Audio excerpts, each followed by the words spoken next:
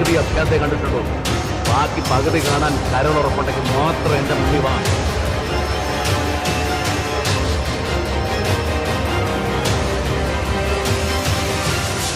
അറക്കൽ മാധവനുണ്ണിയാ പറയുന്നേ. ആ പേരിന് ഈ ജന്മം മുഴുവൻ നിന്റെ ഉടയോൻ എന്നൊരർത്ഥം കൂടെ ഉണ്ട്. അത് മറക്കരുത്.